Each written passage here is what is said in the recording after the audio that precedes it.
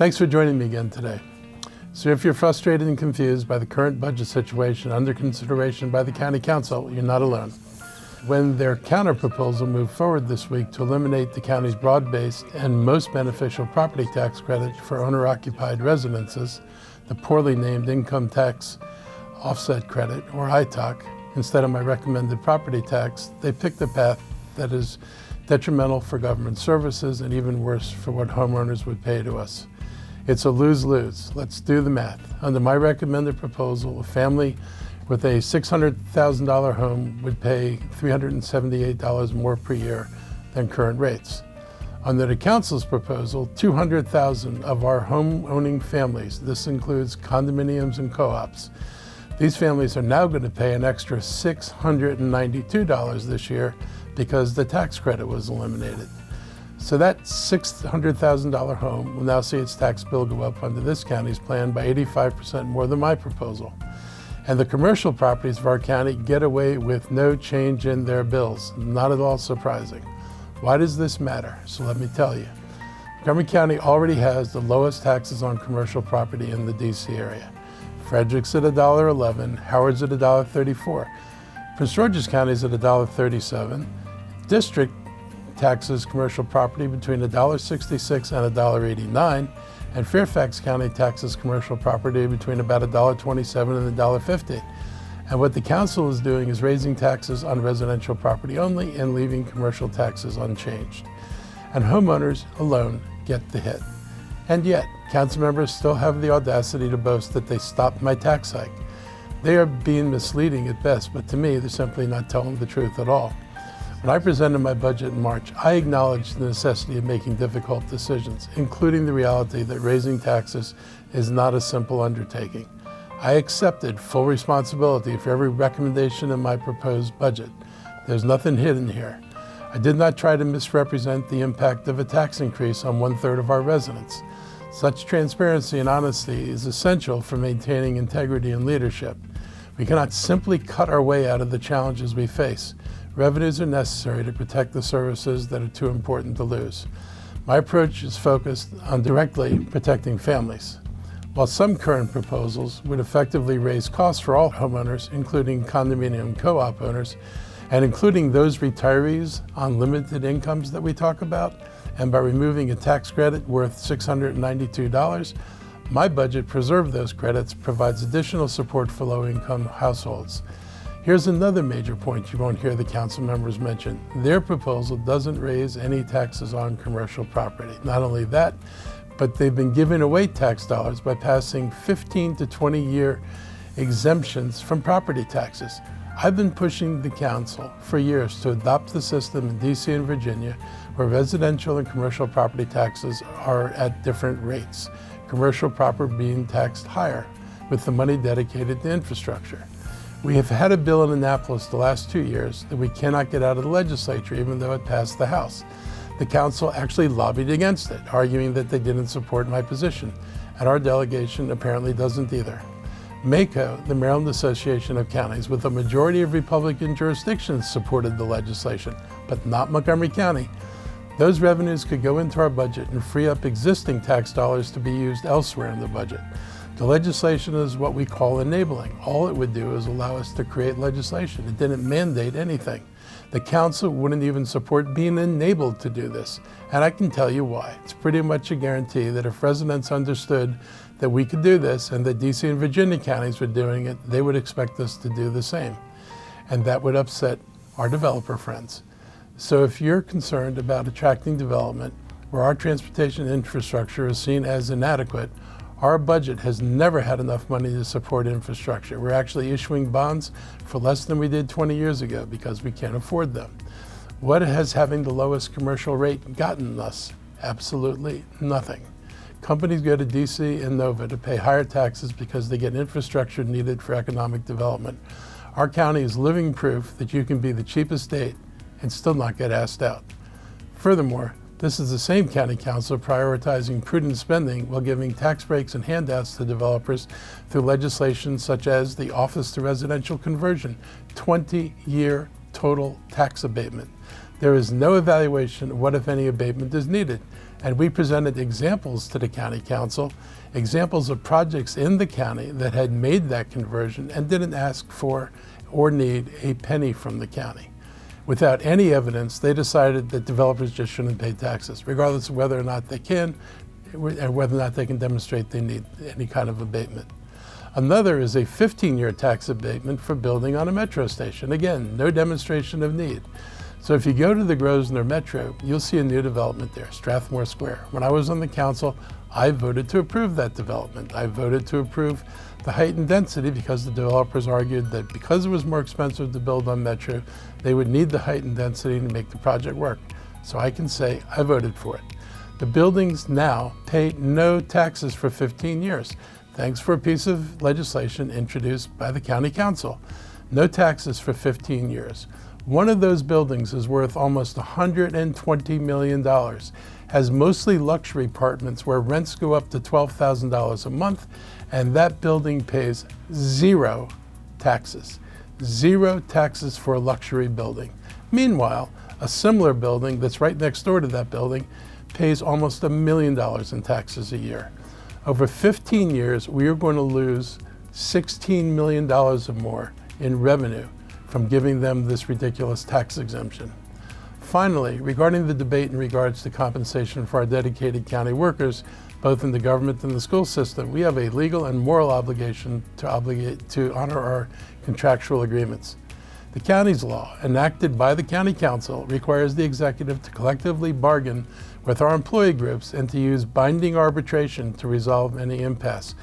In plain language, we have to come to an agreement together. If we don't reach an agreement, I can't impose what I would like to impose. It goes to an arbitrator, and the arbitrator makes a final decision that's binding on the county executive. The county law requires us to negotiate in good faith and present reasonable offers. I can guarantee you that if you go into negotiations and you say we're not going to give you anything, and the other side says we'd like at least an inflation increase, we are absolutely going to lose in that situation. By negotiating responsibly this year, we secured agreements for cost of living adjustments for our general workforce and our unionized firefighters that are actually slightly below the 3% inflation rate in the Washington, D.C. metro area. Choosing a different path that does not respect fair negotiation is a non-starter. Without those agreements, we'd face higher costs when a neutral arbitrator continues what we've been paying and the impact of inflation on what our employees deserve. By sticking to our word and offering reasonable adjustments that track it at or below inflation, we were protecting the county's long-term physical health while ensuring our employees can afford to live and work here. We need a serious plan to fix our revenue stream and to make it more progressive, and to do it without creating a crater in the budget. Your input can still matter. Reach out to the county council and help them remember that this is about supporting our schools and our communities. The additional revenue from increased property taxes would be spent exclusively on education. If the council supports different taxes in the legislature next year, we could reduce some of these increases, which I'd be more than happy to do. By rejecting this, the council needs to find another way or reduce support for our kids, our housing, and our social services. But what really worries me is that by taking the approach they're taking, we're handing Trump and Project 2025 a victory. Let's be clear. They, meaning Trump and the clown posse, have said that they are shrinking the federal government and passing the responsibility, but no money, onto the states and local jurisdictions. Their words, not mine. None of us are happy about this, but if our response is to say that we will not step into the breach to maintain these things, then they will go away. It will decrease school spending, social services, and hand Trump the victory that they really want, which is the destruction of social supports at all levels of government. I'm not willing to be complicit in letting this happen here. In 2023, the Council answered the call to invest in our future. It remains true now, as it was then, that a failure to address critical funding in our school system can lead to unwinding all of our other efforts to make this county more economically competitive, attract jobs, and maintain a quality of life for current and future residents. Montgomery County has to meet these obligations and has to be responsible in the way we move forward. The annual point-in-time count is a census of unhoused individuals in our county required by the U.S. Department of Housing and Urban Development for communities receiving federal funding. Since 2007, HUD has maintained both sheltered and unsheltered PIT counts annually. On a regional scale, we collaborate with the Washington Metropolitan Council of Governments, or COG as we call it, on this issue. And their regional report is based on the PIT count, and it will be released in a few weeks. I'd like to focus specifically on our numbers now that we have them. We've seen a significant 47% decrease in homelessness impacting families. Just a year ago, we were facing an 80% surge in family homelessness because of the post-pandemic economic stability, the eroding safety net, the rents that are still too high, and the acceleration of evictions in the county courts. We didn't just throw up our hands. We invested significantly in the short-term housing and resolution program. It's called SHARP. Let me tell you why SHARP is the smartest investment this county can make. It provides a real bridge to stability. SHARP just doesn't offer a temporary bed. It provides a security deposit and a 12-month rent subsidy and navigation services. It gives families the breathing room they need to stabilize while living in their own homes, not a shelter or a motel. Since we started this in early 2025, SHARP has helped over 300 households find permanent housing. That's a really high success pattern. That is more than 1,000 adults and children who have the stability of a home again, which is an incredible success. It's more humane and cost-effective than motels. Today, there are 60 families experiencing homelessness who remain in motels, which is well below our funding limit of 75. There are some complications. We actually have to find apartment owners who are willing to take these people. Because these people can't sign a lease based on their own income, this has become, a bit of a challenge. But we are finding opportunities and will continue to find opportunities. By moving families into permanent housing faster, we reduce the trauma of homelessness for children and save the taxpayers from high costs of long-term emergency shelter. We still have work to do. While family numbers are down, chronically homeless population, mostly individuals and adults, saw a 14% increase compared to the 2025 count. One big reason is there simply isn't enough deeply affordable housing in the county. My administration's plan is to take the success we've had with families and expand SHARP funding to support individuals. We also have to be vigilant because the winds in Washington are shifting. The Department of Housing and Urban Development is moving away from housing first models and cutting permanent housing solutions. They want to go back to temporary solutions like transitional programs, even though we know that housing first and programs like permanent supportive housing are the right approaches. We see them working every day, and the 96% housing retention rate for permanent supportive housing is proof of that. We're also tackling the structural issues, like the fact that 64% of our unhoused neighbors are Black or African American, despite making up only 18% of our population. That is why we are focusing on racial equity and dismantling the systemic barriers that lead to these disparities. This is a mission to drive down the number of unhoused individuals in our community, starting with families and moving next to every individual who needs a roof over their head.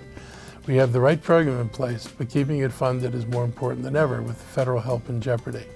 The chief of our services to end and prevent homelessness, Christine Hong, joined me on my media briefing this week to explain how we need to keep this lifeline open for families and individuals in need. And I'll let you hear from her now. Montgomery County made a very conscious effort to invest into housing solutions for families. And as a result of all the hard work and the support that's gone into that, I could see that we were housing a large number of families, as indicated by the data I shared with the SHARP program. So I wouldn't say it's surprising, but we're also not relaxing because we know that there are many factors working against low-income households, including the reductions of federal resources like food stamps. So families are having to choose between paying rent and putting food on the table. These are impossible decisions, and we know that it can contribute to households being unstable in their housing because they can't afford to pay rent. So the work will continue, and we foresee more challenges coming our way because we expect reductions in our federally funded permanent housing programs. And so it will continue to put pressure on families, on households, on the verge of homelessness. And so our work continues to be significant, which is why we need the additional funding for SHARP this year. So in the bad news department again, we're hearing from farmers that the overnight freeze on Tuesday, April 21st may have done tens of millions of dollars in damage across Montgomery County. This is devastating news to an industry that works hard to produce our own locally grown produce. Farmers use warming devices and techniques to avoid freezing food, but that can only do so much, and timing is also critical. An earlier freeze didn't have the same impact, but now that the fruit is budding, the cold temperature killed a lot of the product. Farmers in the county estimate that 80% of the blackberries, 60% of the apples and cherries are gone. The frost also hit developing blackberries, peaches, grapes, and baby fir trees hard. Farmers who have reached out to us and spoken to the media call this damage catastrophic. They said this will impact next year's yield, but not necessarily what will be available this spring, summer, and fall.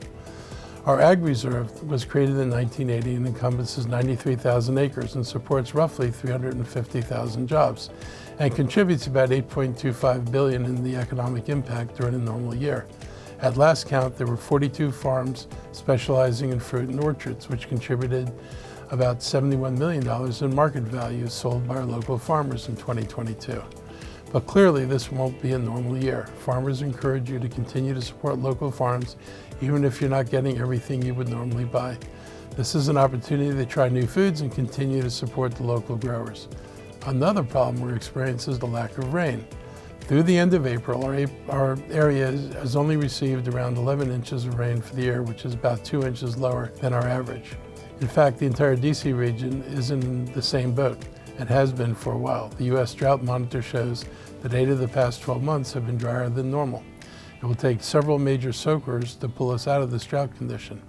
Most of the county and 46% of the state are experiencing severe drought, which is in the middle of the scale on a 1 to 5 ranking.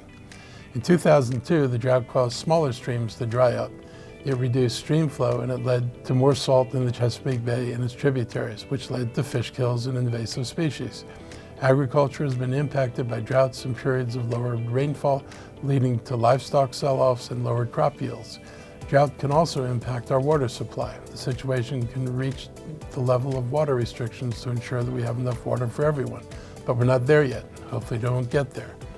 You can help protect our waterways by following these tips shared by WSSC. Pick up litter and placing it in a covered trash container or recycling bin. Be careful using fertilizers and pesticides. Do it sparingly. You can wash your car at a car wash, not in your driveway or in the street. Keep leaves out of your storm drains. Picking up after your pet. Don't leave that stuff on the ground. Planting ground cover to prevent erosion of bare soil on your property. There are more ideas on how to naturally help your neighborhood and protect our waterways at mygreenmontgomery.org. Last week I was in Wheaton for the announcement of a third CentroNía location. This partnership serves as a promise to our children, and the event allowed me to thank the partners who made this expansion possible. It's a project that shows exactly what we can achieve when we collaborate across agencies for public good. High-quality early childhood education is a necessity, not a luxury. In a diverse community like ours, that means providing learning that is culturally responsive, bilingual, and inclusive. Specifically serving children ages 2 to 5, this facility offers comprehensive services. It's a major boost for the local workforce, and this facility will also provide child care options for county employees working in the building, making it easier for those who serve our community to ensure their own children are in a safe, enriching environment while they work. On top of that, this facility offers comprehensive services that promote children's development and family stability. That's quite the investment when you consider that it helps kids learn, supports our working families, and strengthens our entire workforce. We often think of roads and bridges as infrastructure, but childcare is just as critical. Parents can't work without reliable, affordable care. By investing here, the county is closing economic and cultural gaps, ensuring every child has access to opportunity regardless of their home language or neighborhood. After getting its start in Silver Spring, the Wheaton location will be CentroNía's third center in the county. Building a stronger community starts with our youngest learners, and this foundation will help generations of families that call Montgomery County home. Learn more about early childhood learning and opportunities by visiting montgomerycountymd.gov/childlink. I got some good news this week to share about Silver Spring. There was less crime reported downtown last year, significantly less. Let me take you through some of the key areas of improvement. Gun assaults were down 53%. Carjackings down 35%. Overall crime was down 12%. Not only are the numbers telling the story, but they're also residents and business owners. And I want to thank the Banner for its article on the reaction to our lower crime numbers and ABC 7 News for focusing on the improved numbers in a recent report. As good as this report is, we're not back to where we were prior to the pandemic. COVID knocked us back a ways. The courts got overwhelmed and our officers couldn't be out there the way they needed to be. So what did we do? We added patrol officers by paying more overtime shifts, part of what goes into our budget. But we also got smarter about how to use technology. We're optimizing our drones as first responder program because they can feed real-time information to our police officers, keeping them safer and making us more efficient. The drones are not about surveillance. We dealt with that issue when we passed the drone program.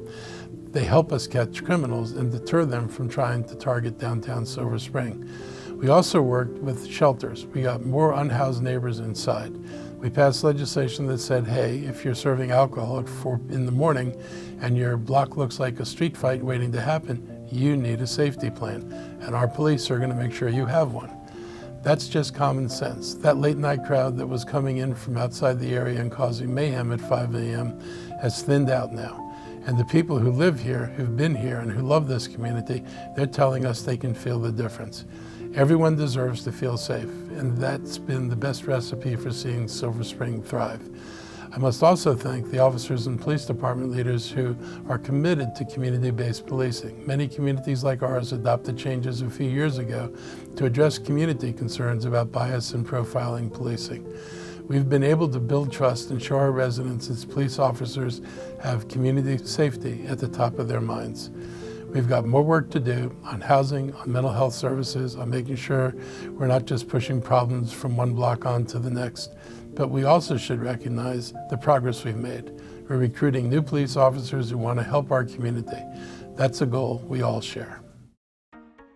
May is a special time in Montgomery County as we honor the generations of Asian American and Pacific Islander residents who enrich our history, shape our present, and inspire our future. Over the past few weeks, our county's been alive with celebrations, from Holi to Songkran to Boishaki, and I'm pleased to help honor so many different Southeast Asian New Year traditions. These events showcase the incredible cultural richness that thrives in every corner of Montgomery County. We are one of the most diverse jurisdictions in the nation, and today, our Asian community makes up 16% of our residents.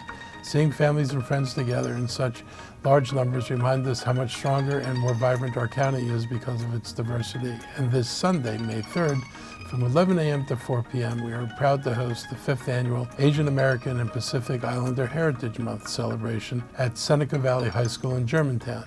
The event is organized by our Office of Community Partnerships and the Asian American Health Initiative in partnership with 18 local nonprofit organizations. These organizations play a vital role in supporting the community by providing culturally and linguistically appropriate services, often addressing needs in ways that government alone can't. We're deeply grateful for everything they do to keep our communities healthy, informed, and connected. We also understand that many residents are worried about immigration enforcement at the federal level. Please know that our state and county leaders are committed to protecting all of our communities. Recent legislative and policy actions underscore our commitment to ensuring that residents feel safe engaging with county services. Our values remain unchanged. We support our diverse communities and are dedicated to the safety and well-being of every resident. If you witness or experience a hate crime or bias incident, please contact the Montgomery County Police Department. Every report matters. As we celebrate AAPI Heritage Month, let's take time to honor the cultures, traditions, and contributions and partnerships that make Montgomery County such an extraordinary place to live. Thank you to everyone who helps strengthen and uplift our community. So that's a wrap again for today. I know the budget stuff's a bit long, but it's really important, and if you don't understand everything the first time, please go back and listen to it again. It really matters what we do here. Hope you have a great week, and I will be back again next week. Take care.